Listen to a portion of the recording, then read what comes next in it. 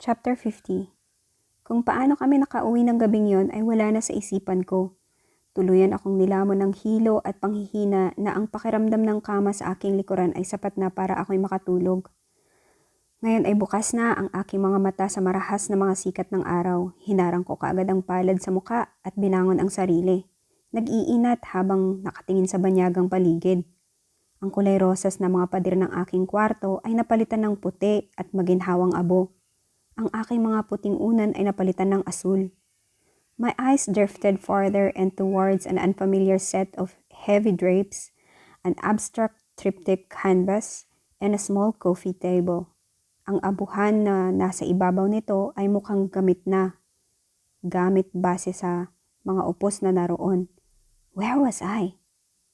I distinctly remembered Arjun fetching us last night, but not before releasing a statement for filing a case against the 4 men that harassed Romina and me.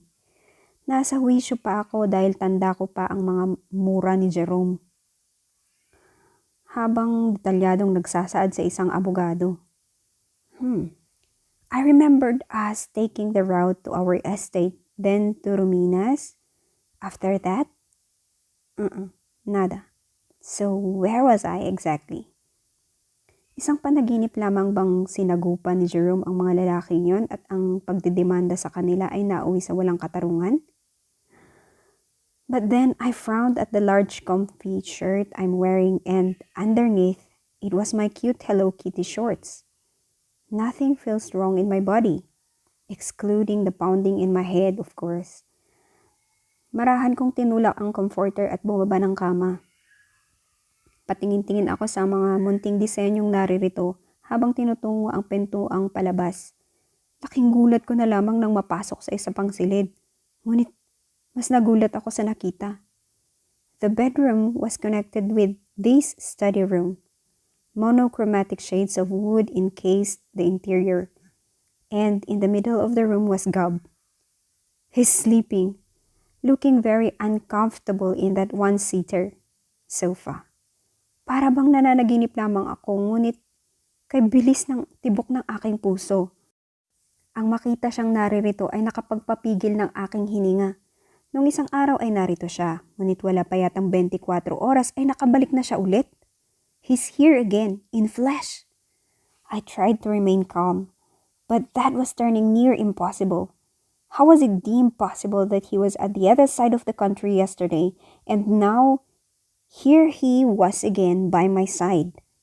Pinasadaan ko ng tingin ang kanyang suit na nakasabit sa likuran ng isa pang upuan. His wristwatch, phone, and wallet were there too. At sa tabing lamesa ay naroon ang baso at bote ng alak. Sa pinakamarahang paraan ay umikot ako rito. Ang mga mata ko'y tahimik at pagod habang siya ay sinusuri. Kunot noo, puno ng pagod ang paghinga at nakasapusan noo. Nakataas ang 2 paa sa kalapit na stool. May pagalit na arko sa mga labi. His tie wasn't in place. Like, he's trying to discard it but it still didn't come off, so he just let it be. Hinayaan na lamang niya siguro dahil tulad nito'y pagod na siya at ubos na. Well, he should be ruling the company he's left. He should be acting king and not playing soldier right now. Boy, I couldn't quite believe this. Naging ebidente sa aking paningin ang perpektong pagkakahulma ng kanyang mga braso at hita sa long sleeves at slacks. Ang balikat niya tila ba nagkakawala, ngunit nagbaba ako ng tingin sa kanyang mabangis na mukha. Gab, I whispered breathlessly. But should I wake him up? That means I'll interrupt his sleep. Maybe he'll decide to go against it to demand questions. From me? From last night? Ang aking huling pag-ikot sa kanya ay nagresulta lamang sa kanyang paggising. Malalim at marahas ang kanyang binitawang ungol ng umayos ng pagkakaupo. Napatigil ako kaagad sa mga kilos na parabang nahuli ng isang pulis. I stopped right in front of his sharp eyes that was gripping all of me. I looked down at the very tired and worn Gab. What were you doing here? Grace. Dinala niya ang aking kamay patungo sa kanyang pisngi. His light stubble teased my open palm, but the roughness of his jaw and chin made me feel all girly. Binawi ko kaagad ang kamay at umatras ng kaunti. Unti-unti akong binabalot ng lamig at init na aking kinaguguluhan din. Because you're not supposed to feel the gray side. Gray was the color of war inside you, not red or black. You shouldn't be here. You should be in Manila. I breathed. Back to his fortress he should be. Back into the arms of his favorites. Back to his real world. His bloodshot eyes fully snapped open, revealing its true form. It was so vivid how the tenderness in his eyes was quickly replaced with wild rage and madness. Gab looked up at me in the most dangerous ways. But he's here. But he's by my side still. Nanatili akong nakababa ng tingin sa kanya. Sinalubong ko ang kanyang nagbabagang tingin. Did you arrive midnight? How was it possible for you to reach me today when you were in Manila yesterday? I looked away a bit. Chopper, Gab coldly replied, his eyes barely holding his anger together. Mula dulo ng aking buhok patungo sa aking mga paa, ay sinuri niya ako ng buong buo. Ang aking pakiramdam ay tila ba hinuhubaran, sinusunog ang bawat tela na aking suot. His large hand reached out for mine and held it in a vice grip. Thick veins protruded on his arms as he held my hand quietly while still sitting. Ako na nakatayo sa kanyang harapan ay dahan-dahang iginaya palapit sa kanya. Pinwesto niya ako sa gitna ng kanyang nakabukang mga hita at ilang segundo makalipas ay dinala naman patungo sa ibabaw nito. My heart was pounding so hard as he easily lifted me to straddle him. He was very warm beneath me. His thighs were very firm and muscled. What are you? Lumapat ang aking dalawang palad sa kanyang dibdib. Alam na alam niyang manliliit ako sa kanya kahit pa ako ang nakaupo at ako ang nakapatong. Masyadong marahas ang kanyang katawan kaysa sa akin, ngunit umikot lamang ang kanyang isang kamay sa aking bewang. I couldn't take it. How are you feeling this morning? Anything that needs to be checked up? Tanong niya. I gently shook my head, slightly shifting in his lap as I felt his roughness below. Napahawak ako sa kanyang loose tie at bahagya itong nilaro. Gab tilted his head a bit. The anger in his bloodshot eyes intensified even more, his pupils dilating as he fought for control. You should return home. Go back to whatever your business might be right off this moment. Si Jerome at Arjun na ang bahala. My voice trailed in whispers as his eyes looked at me with pure rage and distaste. Tiningala ko si Gab, nananatiling kalmado pa rin. Tingin ko'y pati ako ay kanyang ihahagis na lamang basta at kung ano ang gagawin sa pamamaraan ng kanyang tingin sa akin. You honestly think my mind would cooperate with work? Do you really suppose I can do anything? Completely knowing about your incident? Don't do this to me. Yes. At bakit naman siya hindi mapapakali dahil sa akin? Hindi makakatulog? Sino ba naman ako sa buhay niya? You've changed, but I know you're not that slow. Stop being so dense with me. His eyes ruined me even more, but he leaned up a bit to reach my eyes. My eyes turned lazy. My everything turned hazy. Umatras ako kaagad nang maramdaman ang nagbabaga niyang hininga sa aking leeg, ngunit mahigpit niyang hinawakan ang aking likod at dinikit patungo sa kanyang katawan. Umakyat kaagad ang kanyang isang kamay sa aking batok. Pinipirmi ang aking ulo. But if I must make it clear, you are the only woman that I've wanted this bad.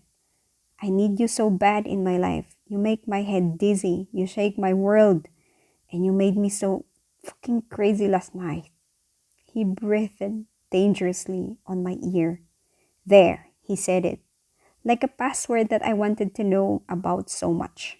Kapos na kapos ako sa paghinga dahil sa init at galit sa boses ni Gab. Napagalaw akong muli sa kanyang ibabaw ngunit mariin niya akong pinirmi. Wala pang 24 na oras nakuha mo na ulit ako.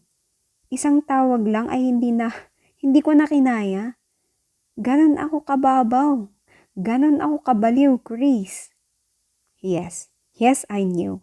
I just wanted to hear it again and again and again, and I didn't even know why. You are mine. You have always been mine. Or I will make you remember, he threatened in a husky voice, his breath easily sliding inside my shirt. I've never seen him this angry. I couldn't imagine that if he's this mad with me, then how about to others? He's never been this angry with me. So angry that I think he'll fuck the shit out of me. Kahit na pakiramdam ko ay magigiba na ako, kahit na nanghihina na ako ay tinitigan ko na lamang siya. Who were you with last night, aside from your cousins? I'm with my girlfriends, sagot ko. No boys? Huh, baby girl? Tanong niya. None. I already told you. Only girls. Only girlfriends. I responded at his demonic eyes that burned me to hell. How about those you deliriously danced with, huh? Were those just your casual flavors of the night? Did you even know their names? Mariin niyang tanong at ipinasok ang isang kamay sa likod ng aking shirt. His palm was on fire, marking my skin in the process. Hinapit ako kagad ng kanyang nanggigigil na kamay. I don't need to. I don't think I'll even remember. We're in a club, so why would I? Sagot ko. I didn't remember boys' names. Boy remembered mine. Sagot ko pa. So, I would know who to sue. So, I would know who to ruin. You're not even denying it with those fucking boys, Chris. There's no point in arguing over this. Wala ka nang magagawa dahil nangyari na ang nangyari kagabi. Clubbing is a part of me and my social life. Hindi mapipigil ng nangyari kagabi ang kasiyahan kong yun. Sagot ko. I gazed at his two beautiful maddening orbs. They were very much frustrated right of this moment, already ready to snap in two. I've seen pictures from last night, before and after the incident happened. Hindi ka ba pwedeng sumaya na hindi naman kita ang dibdib at likod mo? Pwede bang sumaya ka ng hindi kung sino-sino lang ang sinasayawan mo? He roared. Hinawakan niya ako sa bewang ng mas mariin at nilapat ang isang kamay sa aking panga. My Gab was so angry, just so fucking frustrated. The composed Gab Amiano had turned into a loose cannon because of me. I made you into this. This was me. At hindi ko alam kung bakit pa tumaas ang gilid ng aking labi. It's called freedom, Gab. And nobody can ever do a single thing if I decide when or whom to exercise that freedom with. I slowly whispered in his right ear. I took my time climbing down his muscle thigh. Bago pa man makaikot ay tumayo na si Gab. He rose to his full height and looked down at me with all his spent-up anger. I swiped my tongue over my lower lip. Tumungo si Gab patungong pintuan palabas, ngunit ang ginawa ay kinandado lamang ito. Tahimik akong nanunood at nang matapos siya ako ang kanyang pinuntirya. Sinalakay ng kanyang karahasan ang aking matamlay na mga kamay. He put my hands on his neck and lifted me up. Ramdam na ramdam ko ang panginginig ng kanyang dibdib. Sinyalis na napigtas ng tuluyan ang kontrol sa kanya. It's as if his steel and iron combined. There was too much force and roughness in his hold. His hands, his breath on my ear, his large body against mine was too much for me. Pwersado niya akong inipit sa isang dingding. Hindi ako kaagad makabawi sa sumunod niyang ataking halik sa akin. I was burning to hell when his hot mouth landed on mine. I couldn't keep up with his punishing lips. His tongue dueled my weak one and he conquered all the corners of my mouth. Hilong-hilo ako sa nararamdaman. Napakapit na lamang ako sa kanyang leeg tulad ng gusto niyang mangyari. I leaned my head back to breathe. He brought his mouth on my neck and proceeded to rain trail of hot kisses there too. I couldn't help but to moan when his lips landed on my collarbone. He was so angry that he couldn't help himself. He's too lost in his rage and worries. Gab whispered so many filthy things to me, the things that he'll do to me, and I just breathed it in. With hazy eyes, I grinded my hips to his. I was only wearing thin cotton shorts, and him, his slacks. But I felt him in a very rough way. Gab growled so loud that I had to do it again. Fuck, stop moving! Anya at pinirmi ang aking balakang. Tumaas lamang ang gilid ng aking mga labi kahit napagod ang mga mata. Nilaro kong muli ang kanyang necktie at napakapit doon nang ipasok niya ang kamay sa aking shirt. His hands were being so rough with me and that made my blood sing in soprano. He pulled my bra upwards and perfectly fitted his large hand as a replacement. Sobrang init ng kanyang palad doon. Nadidiliryo na ako. This is my kind of freedom. Gab coldly warned as he slid his other hand on my Hello Kitty shorts. I can only look at him through my tired eyes. Tila ba hindi niya alam kung anong gagawin sa akin, kung alin ang uunahin.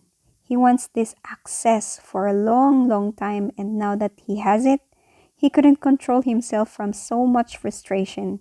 When he did it, I felt like my world was crashing but at the same time rebuilding once again. Paulit-ulit ang aking pakiramdam na yun. His fingers moved in that manner na tumirik ang aking mga mata. I wanted to scream so bad. All I could hear was Gab's low groans, his whispered curses. Sinipat ko ang kanyang mga mata na tulad ng ginawa namin sa aking hammock ay pinagmamasdan lamang ang aking paghihirap. He thrusted his fingers into me so thorough, hard and fast as his hand played with my boob. I remained looking at him. He's still very much furious but now mixed with hot, dizzying lust. He murmured something on my ear and I got lost in time and space. Walang-wala na ako sa sarili ko at sa mundo nang gawin niya yun sa akin. Nang dinala ako ni Gab sa kasukdulan ay namatay ako at nakahingang muli. I couldn't properly open my eyes or to lift a limb. Buhat ako ni Gab at dinala patungo sa sofa. I sighed when its softness hit my back. Sinilip ko si Gab na nakadungaw lamang sa akin habang nagsasalin ng alak sa baso. Kinagat ko ang pang-ibabang labi at hinayaang dumaloy sa akin ang mga sensasyon. Matapos ang ilang minuto ay nakabawi na ako at sinubukang umupo. Binabantayan pa rin ako ni Gab na tila ba mawawala ako sa isang igap lang. What time did you arrive here? Sumabay ang aking maliit na boses sa tahimik na study room. Past 2 a.m., sagot niya. And Jerome obviously texted you about what happened. Kinawid ko ang buhok sa tainga. Yes, he already filed the case but I pushed it through. A restraining order won't be enough. Sagot niya. It's a club, Gab. What happened to us isn't the first time, so stop being so paranoid, sabi ko. Gab in his glorious masculinity, him and restraint, written all over his face and body, clenched his jaw at me. Fuck, I know that, sagot niya. Nalasing siguro ng todo yung mga lalaki at hindi naman pala tiga rito, but that doesn't mean what they did was perfectly fine. I saw the security footage. His eyes turned into slits as his knuckles turned to white. Ginapangan na naman ako ng kaba dahil baka kung ano na naman ang gawin niya sa akin. Thankfully, he leaned back on the sofa and just let his arms fall on my thigh. I looked at his skillful fingers. Hindi ko alintana ang pagpula ng aking mga pisngi, but we had done it again. The kissing, gripping, kissing a bit more, and the things of more than kissing. Things that spoke sin, things that condemn faithfulness, things that belong in the shadows. Kung nagawa niya yun ngayon, ay alam kong kaya niya pang ipursige yun kung gugustuhin. Ngunit hindi niya ginawa. Pero narito pa rin kaming dalawa. We did it again. Gab and I. You're thinking of something. Puna ni Gab sa akin. Mula sa kanyang mga daliri ay pinaakyat ko ang tingin patungo sa kanyang lipinang mga braso at balikat. My eyes met his, and just in time when he started to play with his lower lip again, using his two fingers. "Why do you care?" I lazily drawled and played with my hair. A couple of minutes passed and I've had enough already. Napipiga ako. I stood up ngunit napatigil ng kaunti sa nararamdaman sa gitna. Gab cleared his throat. Nilingon ko ito na hindi nag-abala pang tumingin kung saan ako pupunta. Like he already knew what's on my mind, what I'm battling. He just leaned back in the sofa, looking all insanely powerful and royal but very much tired. Hamon ang nakasulat sa kanyang mga mata habang pinagmamasdan akong lumabas. Asshole. "Chris," he called out as I neared the door. I grinned at him mockingly before stopping. "Huh?" "You can never go to a club anywhere near here. You are banned from clubs, bars, and underground parties. You may redeem your freedom in any other form," sabi niya.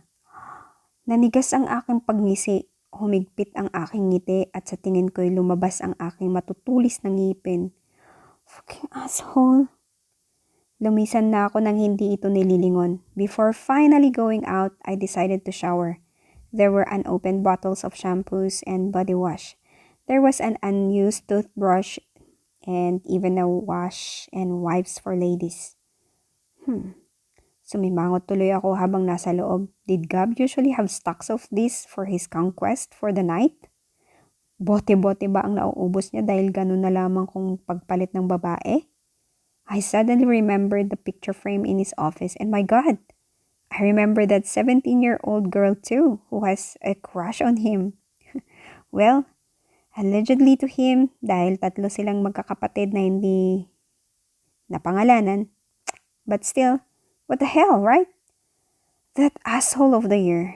Nang lumabas na'y sumalubong sa akin ang puti at kulay putik na mga pader.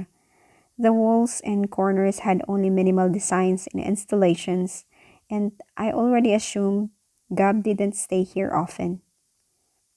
"You two were very stubborn, that's why, acting like the spoiled princesses you are. That's why last night," umarangkada kaagad ang boses ni Jerome nang makababa ako. Sa sofa ay naroon ang isang Ruminang nagte-text habang si Jerome naman ay nakatayong naninermon. Beth was seated next to Romina holding an iPad. Tumungo na ako doon. "Oh, you're awake. Thank God!" Umirap si Romina kay Jerome bago ito sumenya sa akin at iginaya sa sofa. "Hi, good morning," kaway ko kay Jerome. I sat and scanned her face and body for any evidence of physical harassment. I found nothing wrong, thankfully, except for her bitter attitude, which was normal. Events of last night blurred my mind. I remember only little details. I turned my head to Jerome. "Thanks so much for last night, for protecting my cousin, for taking us to safety. Thank you so much, Jerome." Mukha itong nagulat sa aking pag-amin, ngunit ngumisi lamang akong hilaw sa kanya. Dapat lamang na magpasalamat ako dahil baka napaano na kami ni Romina. "I didn't do it for this rotten brat, but you're welcome," ngiti niya. "Go to hell," Romina mumbled and looked at me and Jerome. "If I'm with you, it means I'm in hell. No to redundancy, please." Jerome smirked at me after Romina. Tumahimik si Romina habang patingin-tingin lamang sa akin. Nagkatinginan kaming pareho ni Beth kaya naman nanahimik na rin ako. When Beth decided to hand me the iPad, I nearly broke it in half. My index finger was basically slicing the screen in half. Puno ng mga artikulo, imahe, video at kung ano-anong balita tungkol sa nangyari kagabi ang naroon. Maraming nakakakilala sa amin at madali itong nag-viral. That's why we can't all go home. Beth cursed beside me. Romina and I were the crowd's favorite. From our dress to the last process of filing a case was ridiculed in their post. Friends of friends of friends remained loyal to us, but I was too overwhelmed. Para akong lalagnatin dahil sa bilis ng pagkalat nito. Lahat na ng aming mga kaibigan ay alam at ang ibang mga relatives. Papa still surely doesn't know anything about this. Or he already knew about it and he have seen me with Jerome Damiano. My blood was evaporating very fast, reading every photo description and comments laced with our scandal. Most of them were pitying us, but some too degraded us in the worst way possible. Oh, kagabi pa sila nasa labas ng ating mga bahay. Ayaw nila tayong tantanan. Lahat ng press, kaya minabuti kong dito na lang muna tayo tumuloy. And, can we go now? I don't want to open my phone but I'll call Papa from this state. Nagigimbal kong sabi. Wala akong pakialam sa sasabihin ng ibang tao. Ang kanya ang inaantabayanan ko. Kung putulin man niya ang aking cards at kuhanin ang susi ay ayos lang. It's his conclusions and judgments that will prevail. Arjun would definitely be involved in the interrogation. Would he finally admit his plans and the previous owners of the land he just bought? What would Papa think of me? Would he discard me again? Napilig ko ang ulo. Hindi yun mangyayari at hindi na dapat pag-isipan pa. Alam kong hindi niya gagawin yun. And I want to call Sian too. Dagdag ko ngunit nakita si Gab na bumababa sa mga baitang. He wore a white V-neck shirt and a black shorts. He looked freshly shaven and droplets of water trailed on his neck. Somehow the sleepless night was still evident on his face. Isang hindi mabasang ekspresyon ang pinakita niya habang bumababa't nakasentro ang tingin sa akin. Binalik kong muli kay Beth ang iPad. The case had easily pushed through. Hindi tiga rito yung mga lalaki kaya malakas ang loob sa inyo. Hindi kayo masyadong kilala na suki ng club. She said also, looking at Gab. And where are they now? Are they serving time in jail? Tanong ko para humarap siya sa akin. Yes, they've been charged with assault. Nagsampa na rin ng kaso yung may-ari ng club. Sagot ni Beth. I nodded at Beth and she pointed at Gab who seated himself in the adjacent sofa. Binuksan nito ang TV ngunit sinusulyapan ako. I faced Beth once again. Mr. Damiano arrived here almost an hour after. Siguro yung mga nasa 2:00 ng madaling araw. If it weren't for him, those punks wouldn't have the overnight in the precinct or the whole 14 days. Balak niyang sagarin hanggang Battery. I wasn't hurt. Neither was Romina. No need for the Battery. At 1-2 linggong pagkakakulong? Shit! That was just pending. Pwede pang isagad hanggang 1 buwan. Jerome corrected and gave Romina a side look. Napatingin ako agad kay Gab na naglilipat ng channel. Ramdam ko pa rin ang bigat sa kanyang katauhan. Nilingon niya ako at namungay ang pagod ng mga mata. It's really less than a day that he's here again. He might not be wearing his suit but the circles below his eyes were enough to confirm how busy he was. The little sleep he'd probably gotten last night. 2 weeks, Gab! Damn that! He gestured his head at me after a few seconds. I saw him pat his thighs and gestured once again and waited. Napatingin akong bigla sa kanyang kaliwang kamay, partikular na sa mga daliri niyang yun. Pinagdikit ko kaagad ang mga hita. Umiling ako sa kanya at nilingon ang aking mga pinsan. Suddenly, Arjun came bustling through the doors, sweating like a pig and was looking very stressed. Any news? Jerome prompted. Not good. May mga reporter pa rin sa labas ng mga bahay, mostly from Crazy and ours. What's worse was somewhere also at the Capitol, demanding interview from Tito Nick and Dad. Halos magkakasabay kaming napamura ni Romina. Tanging pumipigil na lamang siguro sa lahat na iyon ay nasa abroad sila ngayon. Kuya Vic would be so worried, Justin too. I didn't really want to open my phone. And what did you say? Taas kilay ni Beth. Only generalized but mostly no comment. Buti naharap ko pero oo nga pala. Ako lang ang available na haharap. Sumalampak si Arjun sa couch. Sinapak siya kaagad ni Jerome at humagalpak ito sa tawa. Habang pinanunood si Arjun ay hindi ko maiwasang hindi maawa. Siya ang sumasalubong sa apoy na gawa namin. Lahat sila dito. I glanced at Gab's spot but he wasn't there. My eyes scanned the area but only a tingling sensation on my neck lingered. Slowly, I turned my head and saw Gab towering over me behind the sofa. He was looking at me as he went to sit by my side. Our thighs touched when he sat. I looked at the wide space between his firm thighs and bit my lips. Humawak siya sa aking likod na tila ba alam niyang bibigay ako. Hindi ko siya pinagtuunan ng pansin. We all sat there listening to Arjun's cries. Gab was occasionally whispering on my ear at may padampi-damping mga halik sa aking tainga at leeg. Tanging sina Beth at Jerome lamang ang nakakapansin noon dahil tinataasan at niningisian nila ako. Hindi ko sila lahat mapalagan dahil sa bumabagabag sa aking isipan. Lunch and dinner came. We all stayed inside and just decided to order. Romina suggested Thai food for her diet and Jerome was the first one to disagree. Sa huli ay yun ang nakain namin ng tanghalian at hapunan. Does this mean I'll bring bodyguards with me kahit sa shopping lang? What if I want to pee? Anang medyo namumulang si Romina. Katatapos lamang ng hapunan nang magdala si Jerome ng mga alak. Casual beer lamang ito at nakapwesto kami sa likod ng bahay. I can be a bodyguard. Jerome smirked. You? A bodyguard? A trained professional private bodyguard? Baka nag-amok ka na lang ng away palagi. Sabi ni Romina. Humagalpak si Arjun sa narinig. Nilalahad ni Romina kung gaano kasigas si Jerome kagabi kaya naman napatango rin ako. That wasn't me. It wasn't supposed to be like that. I couldn't help it, sagot ni Jerome. I was about to sip from my beer but a hand stopped me. Ang katabi kong si Gab ay marahang iginiya ang kamay ko pababa.